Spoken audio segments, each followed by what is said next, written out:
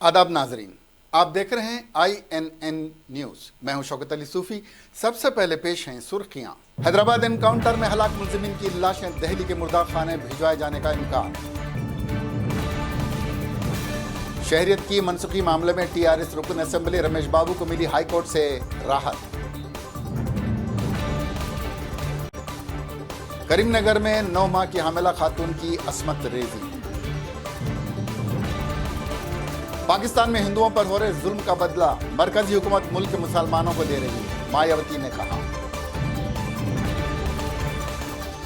DRDO ने BrahMos supersonic cruise missile की कामयाब तजुर्बा किया।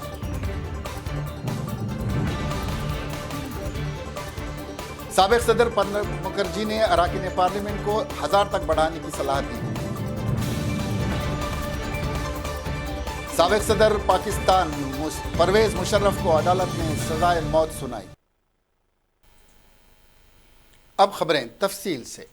हैदराबाद में वेटनरी डॉक्टर का रेप और मर्डर करने के बाद पुलिस के साथ एनकाउंटर में मारे गए 4 मुलजिमीन की लाशें जो इस वक्त गांधी हॉस्पिटल के मुर्दा खाने में रखी गई हैं, वो तेजी से मसक हो रही हैं।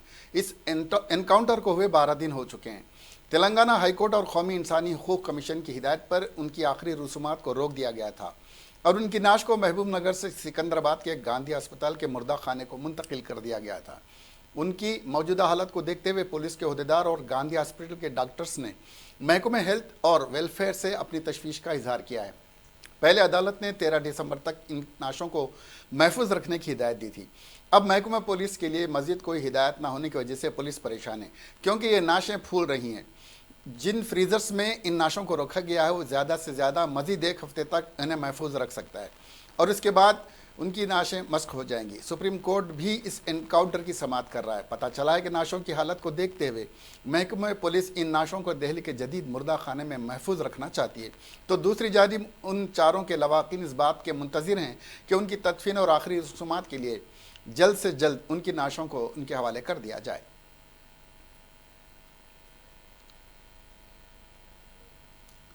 TRS के वेमलवाड़ा के रुकन असेंबली सी रमेश की शहरियत की मनसूखी के मामले में अदालत से राहत मिली है।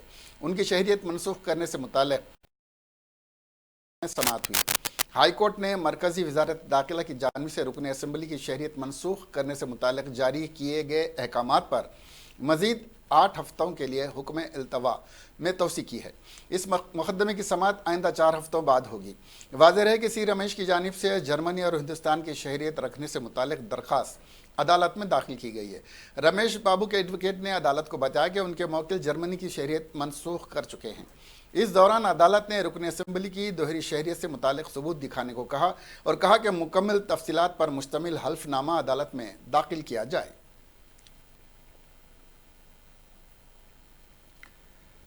ज़िले करीमनगर में एक जोड़ा रहता था और उस जोड़े की जो खातून थी वो 9 माह की हामिला हैं। उसकी असमत रेजी का दर्दनाक वाक़या पेश आया। तफसीलात के मुताबिक ये जोड़ा ज़िले के बोमकॉल गांव में रहता है। शौहर सिक्योरिटी गार्ड के तौर पर काम करता है। हामिला होने के सबब खातून घर ही में रहती है। डिश सर्विसमैन के तौर पर काम करने वाला रामा कृष्णा खातून के मकान पहुंचा जब वो तन्हा थी। उसने उसका फ़ायदा उठाते उसकी असमत रेजी की। जब ड्यूटी के बाद शौहर घर वापस हुआ तो देखा कि खातून की सेहत बिगड़ गई है। जब इसने पूछा तो खातून ने इस बात का इंकशाफ किया। यह जोड़ा फौरी तौर पर पुलिस स्टेशन पहुंचा और उस सिलसिले में शिकायत दर्ज करवाई। पुलिस ने इस सिलसिले में एक मामला दर्ज करके जाँच शुरू कर दी है।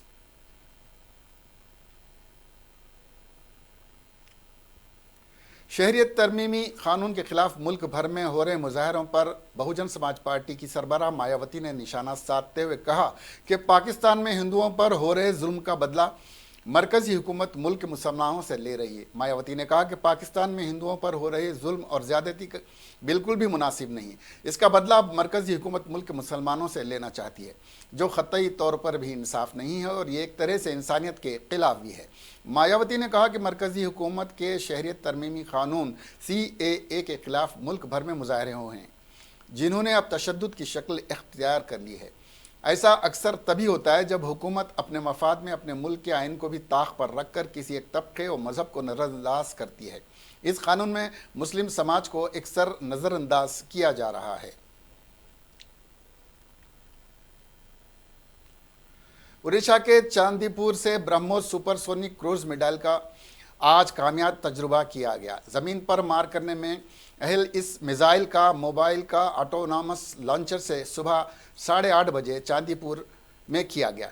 तजुर्बे के दौरान मिसाइल से एक जहाज को निशाना बनाया गया। DRDO के एक जराये ने कहा कि सतह से सतह पर मार करने में अहल इस मिसाइल का तजुर्बा कामयाब रहा। तजुर्बा सभी मेयार पर खरा उतरा। ब्रह्मोस मिसाइल दरमियानी फासले तक मार करने वाली रामजेट सुपरसोनिक मिसाइल है, जिसको आबदोज जंगी जहाज और जमीन से लॉन्च किया जा सकता है।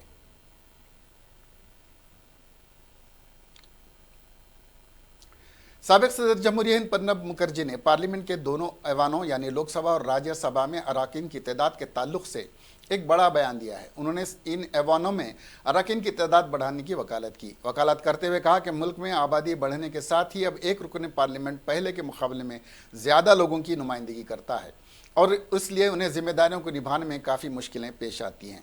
उन्होंने बताया कि 2019 के इंतखाबात को बुनियाद माने तो आज हर रुकन पार्लियामेंट औसतन 16 लाख वोटर्स की नुमाइंदगी कर रहा है। प्रणब मुखर्जी ने कहा कि लोकसभा में सीटों की तादाद बढ़ाकर 1000 कर देनी चाहिए और इसी तरह तनासुब को ज़हन रखते हुए राज्यसभा में भी अरकान की तादाद बढ़ाई जानी चाहिए।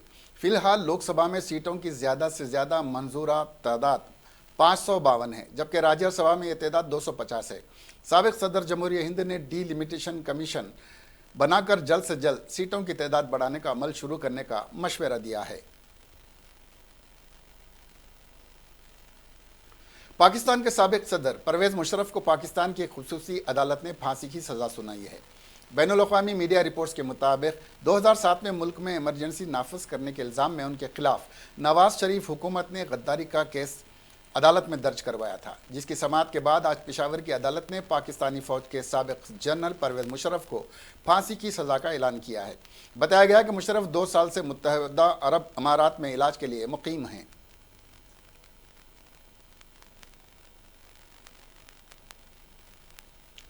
कांग्रेस के सीनियर कायद संपत कुमार ने आज हैदराबाद में गांधी भवन में मीडिया से बात करते हुए कहा कि तेलंगाना की TRS हुकूमत जमहूरी नहीं बल्कि इंतकामी सियासत पर कार फरमा है।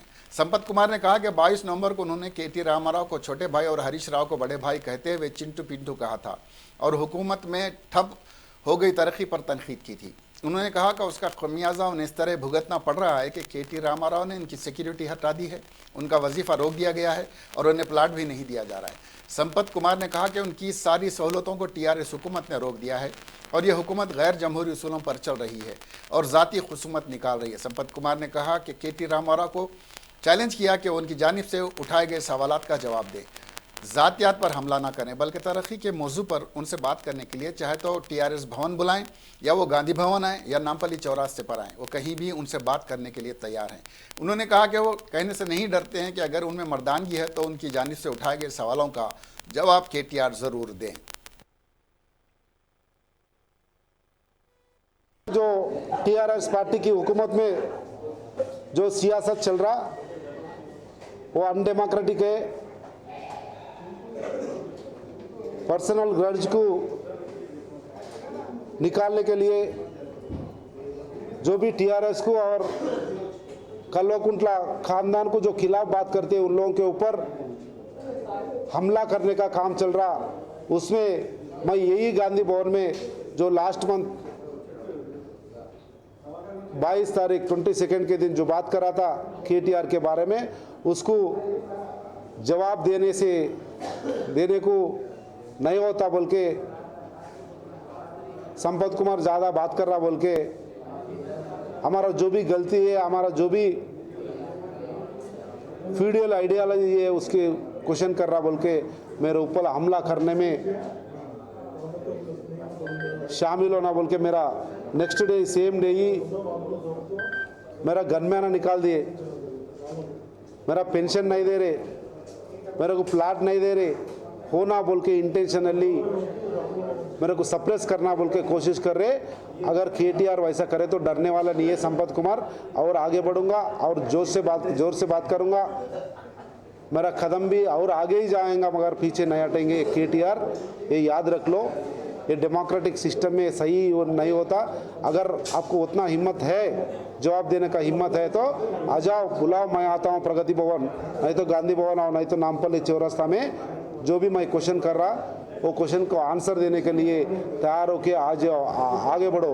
अगर हिम्मत है तो, अगर मर्द है तो वो भी बोल रहा हूँ, नहीं तो माफ़ी मांगो तेलंगाना लोगों से, तेलंगाना आवाम से, मगर ऐसे पर्सनल ग्रज से पर्सनल डिसीजंस लिए तो कोई पीछे हटने वाला नहीं है बोल के और एक बार केटीआर को वार्निंग देते हुए, अगर वैसी हुआ तो आगे संपत कुमार जी जैसा करना वैसी करने के लिए तैयार है बोल के भी केटीआर को और इस गवर्नमेंट को समझा रहा हूँ। Thank you. बहुत हो गया, चलो। कांग्रेस पार्टी के सीनियर कायद निरंजन ने कहा कि मरकजी हुकूमत ने शहरियत तरमीमी बिल लाकर सारे मुल्क में माहौल को बिगाड़ कर रख दिया है। मुल्क में फैली बेचैनी और तशद्दुद के लिए बीजेपी, वज़ीर आज़म नरेंद्र मोदी और वज़ीर दाखिला अमित शाह जिम्मेदार हैं, क्योंकि शुमाली मशरक़ी रियासतों में लगी आग अब सारे मुल्क में फैल रही है और अब बीजेपी इसका इल्ज़ाम कांग्रेस पर लगा रही है। निरंजन ने कहा कि 50-60 साल से बाबरी मस्जिद राम जन्मभूमि के मुकदमे का फैसला हाई कोर्ट और इसके बाद सुप्रीम कोर्ट में पेश किया गया। इससे तनाव का माहौल बना है। सुप्रीम कोर्ट के चीफ जस्टिस ने फैसला सुनाने से 2 रोज़ कबल उत्तर प्रदेश के हालात का जायज़ा लेने के बाद फैसला सुनाया। उन्होंने कहा कि जिस तरह से मुसलमानों ने इस फैसले के बाद सब्र व सुकून का मुजाहरा किया वो काबिल सिताइश है।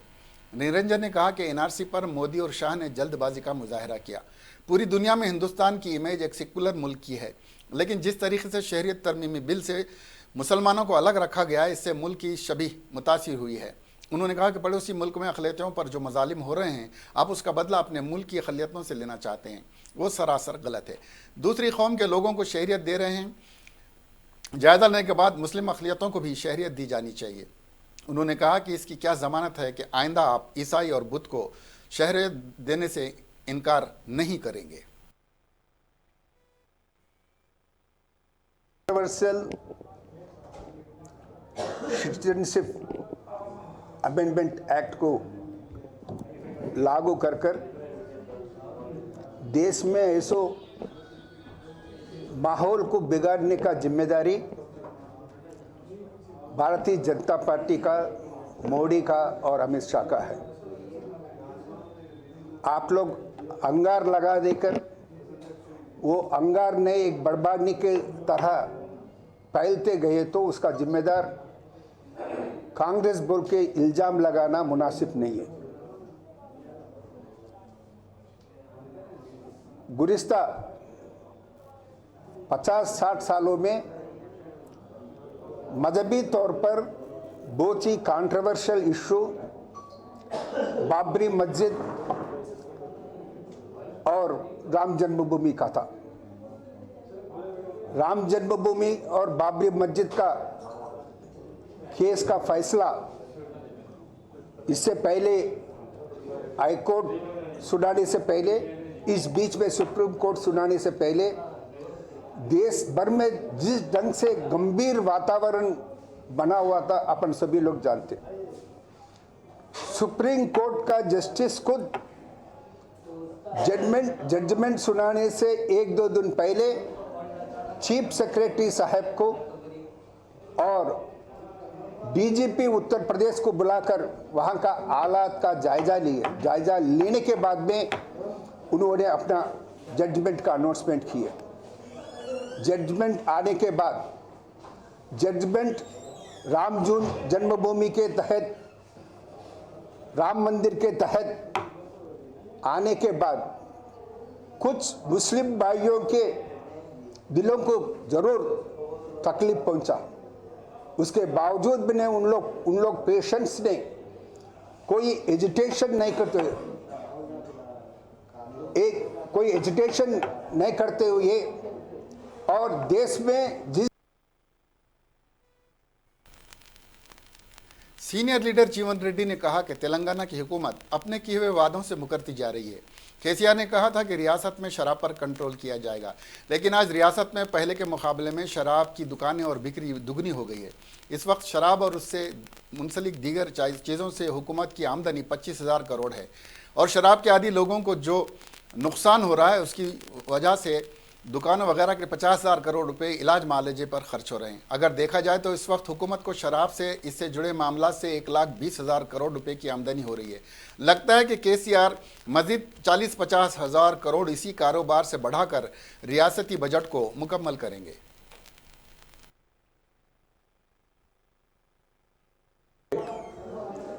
पूरी हिंदुस्तान में रिसेशन, जो आमदनी गिर जा रहे, रोजगारी कम हो जा रहे बोल के बोले रहे हैं।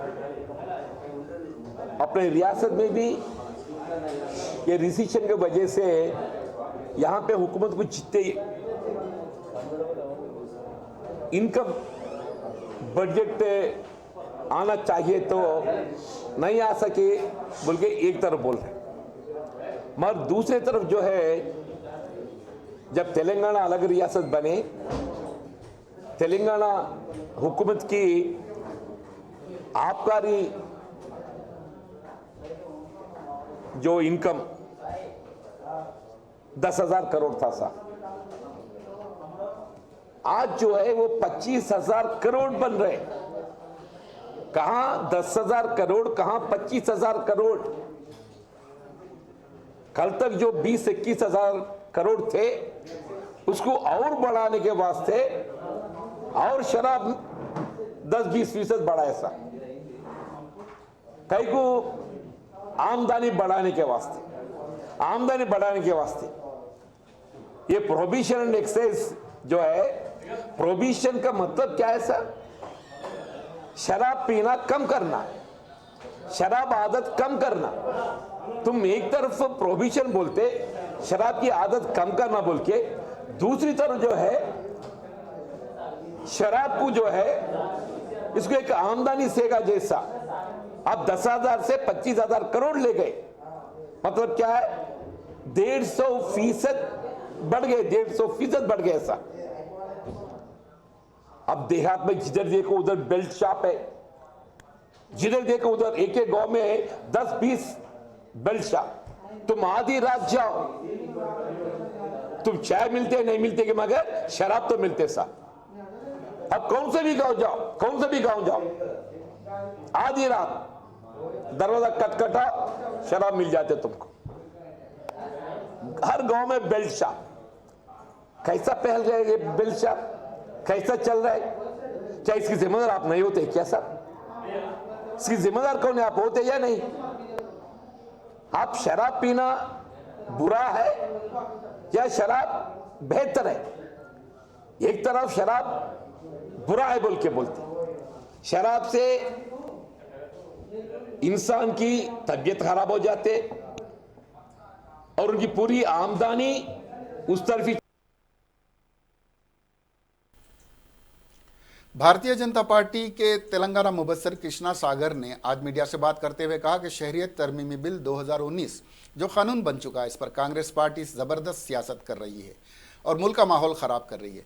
बीजेपी इसकी शदीद मजम्मत करती है। कृष्णा सागर ने कहा कि सोनिया गांधी ने इटालियन हिस्ट्री पढ़ी है, हिंदुस्तानी हिस्ट्री को नहीं पढ़ा है, वरना वो इस एक्ट की मुखालिफत नहीं करती। महात्मा गांधी से लेकर मनमोहन सिंह तक सभी ने महाजरीन को हिंदुस्तानी शहरियत देने की बात की है। अगर नरेंद्र मोदी ने इस पर अमल किया है तो मिसेस सोनिया गांधी इसकी मुखालिफत क्यों कर रही हैं और मजहबों के बीच नफरतों का बीज क्यों बो रही हैं? उन्होंने कहा कि कांग्रेस पार्टी एक कौमी पार्टी की तरह नहीं बल्कि एक अलहदगी पसंद पार्टी की तरह बर्ताव कर रही है।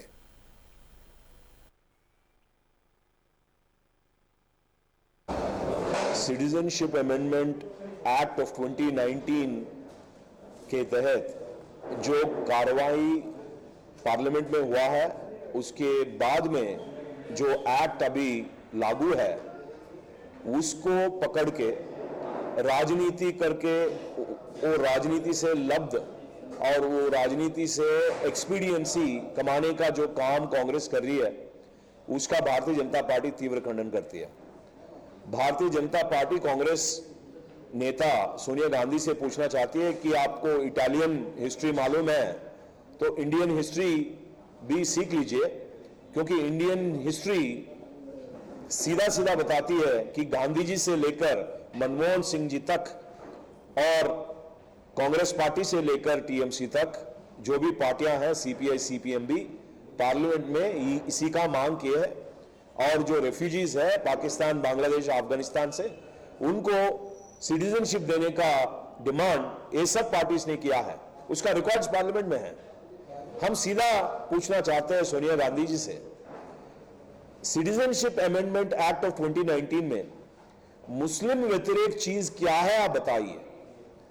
आप क्यों मतों के बीच में रिलीजियस जो इंटरफियरेंस है, कॉन्फ्लिक्ट है, वो आप क्रिएट क्यों करना चाहते हैं? भारतीय जनता पार्टी समझती है कि ये कांग्रेस का जेनेटिक्स है, ये कांग्रेस का जेनेटिक कोड है कि ऐसा बर्ताव करके। जमात इस्लामी हिंद तेलंगाना के सदर हामिद मोहम्मद खान से हमारे नुमाइंदे खुसूसी शहबाज खान ने एनआरसी और सीएए पर खुसूसी बातचीत की। पेश है उसी से कुछ इक़्तिबासात।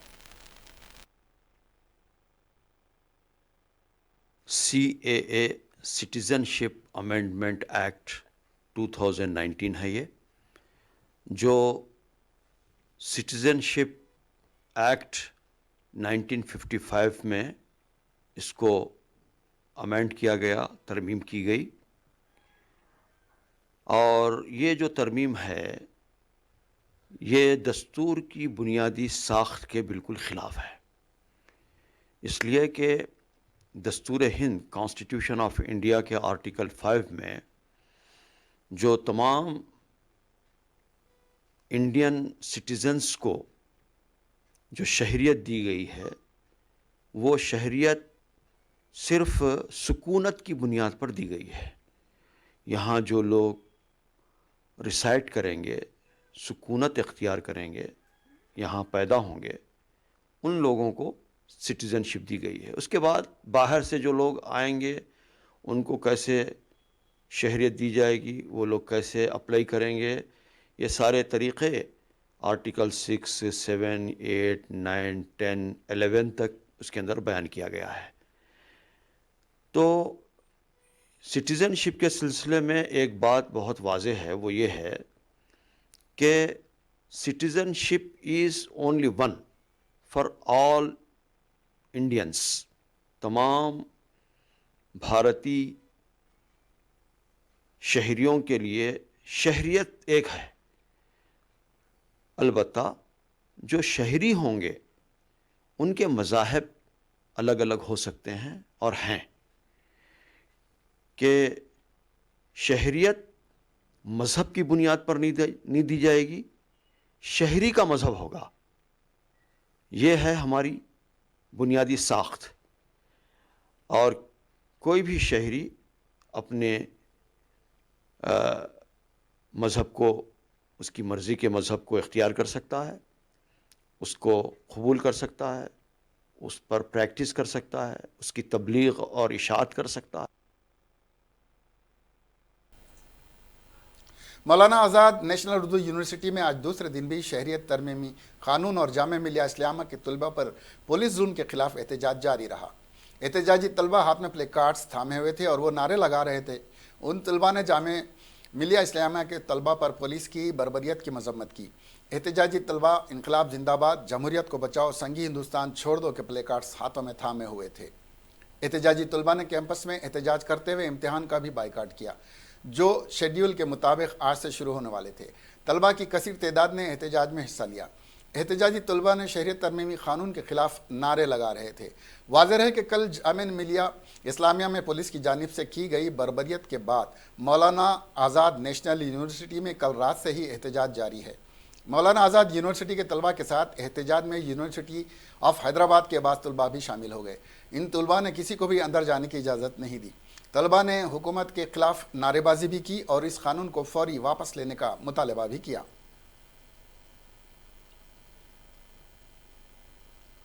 हैदराबाद में प्याज की कीमतों में इजाफे से हर कोई परेशान है, चाहे बड़ी रेस्टोरेंट्स हों या फिर डोसे की छोटी दुकान पर कोई प्याज की कीमत में इस इजाफे से मुतासिर हो गया। हर कोई इसके इजाफे में, प्याज की कीमत में इजाफा होने से परेशानी का इजहार कर रहा है। उधराओं का कहना है कि संक्रांति त्यौहार तक इसकी कीमत में कमी के आसार नहीं हैं। शहर हैदराबाद के मलकपेट मार्केट में आज 2000 क्विंटल प्याज लाई गई। जिले कर्नूल से प्याज की सप्लाई का न होना भी इसकी कीमत में इजाफे की अहम वजह है। शहरियों ने शिकायत करते हुए कहा कि हर घर के बावर्ची खाने की ज़रूरत प्याज की कीमत में अचानक इजाफे से घर चलाने का बजट बढ़ गया है। ऐसे में आम लोग ज़्यादा मुतासिर हुए हैं। हैदराबाद के बाज़ारों में दिल्ली के बाज़ारों के मुकाबले में प्याज के दाम निस्बतन कम हैं, लेकिन मुकामी बाज़ारों में प्याज की कमी और तलब में इजाफा मौसमी सूरत हाल से यहाँ के बाज़ार बेइतदाली के शिकार हो रहे हैं। आंध्र प्रदेश के साबिक वजीर विवेकानंद रेड्डी के कत्ल के मामले की सीबीआई जांच की ख्वाहिश करते हुए तेलुगु देशम के रुकने काउंसिल बीटेक रवि की जानिब से दाखिल करदा दरख्वास्त की समाअत आंध्र प्रदेश हाई कोर्ट ने की। अदालत ने इस कत्ल मामले की जांच करने वाली खुसूसी जांच टीम को हिदायत दी कि वो इस माह की 23 तारीख तक इस सिलसिले में रिपोर्ट पेश करे। ये रिपोर्ट मुहरबंद लिफाफे में अदालत और हुकूमत को पेश की जाए। इस मामले की आइंदा समाअत अदालत ने 23 जनवरी 2020 तक मुलतवी कर दी है। वाज़ेह है कि विवेकानंद रेड्डी का बड़ी ही बेदर्दी से कत्ल कर दिया गया था। विवेकानंद रेड्डी आंध्र प्रदेश के मौजूदा chief minister YS Jagan Mohan Reddy के चचा थे।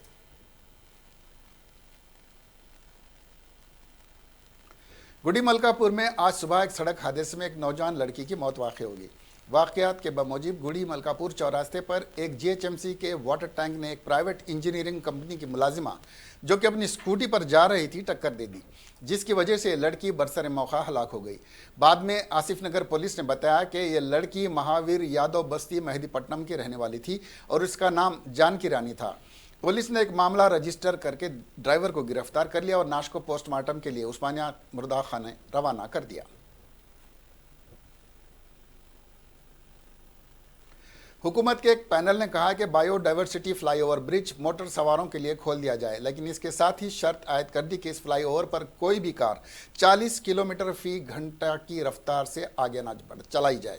माहिरीन ने कहा कि इससे ज़्यादा तेज़ रफ्तार से इस फ्लाईओवर पर गाड़ियां नहीं चलाई जा सकती, क्योंकि इसका जो डिज़ाइन है इसमें थोड़ा सा खोट है।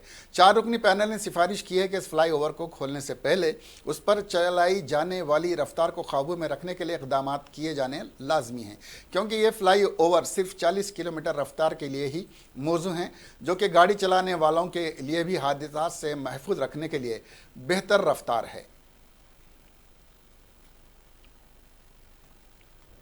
हैदराबाद में जहनी तौर पर मुतासरा लड़की के गैंग रेप के वाक़े में मुलविस 3 मुलजिमीन को पुलिस ने आज गिरफ्तार कर लिया।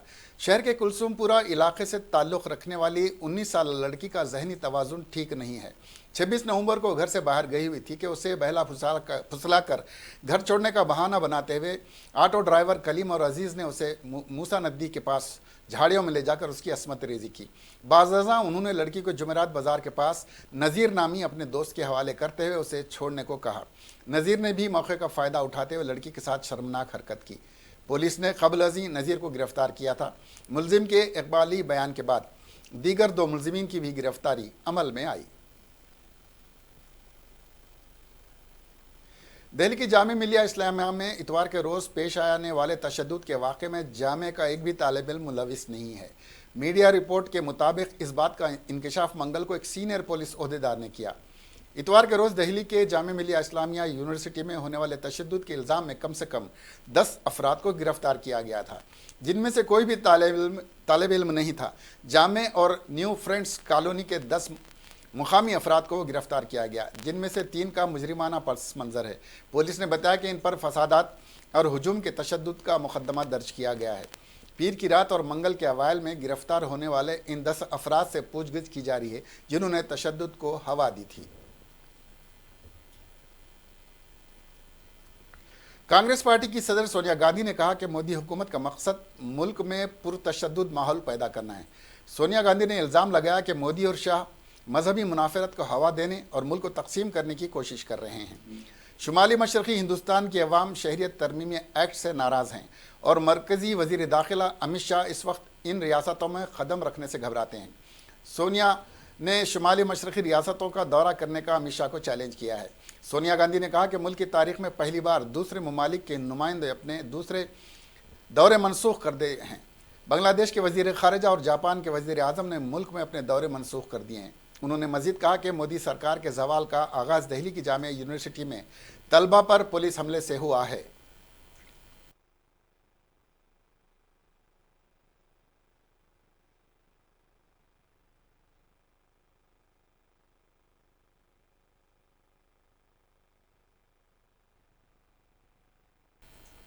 आखिर में सुर्खियां एक बार फिर। हैदराबाद एनकाउंटर में हलाक मुलजिमीन की लाशें दिल्ली के मुर्दा खाने भिजवाए जाने का इम्कान। शहरियत की मनसुखी मामले में टीआरएस रुकन असेंबली रमेश बाबू को मिली हाईकोर्ट से राहत। करीमनगर में 9 माह की हामिला खातून की अस्मत रेजी। पाकिस्तान में हिंदुओं पर हो रहे जुल्म का बदला मरकजी हुकूमत मुल्क के मुसलमानों को दे रही है, मायावती ने कहा। डीआरडीओ ने ब्रह्मोस सुपरसोनिक क्रूज मिसाइल की कामयाब तजुर्बा किया।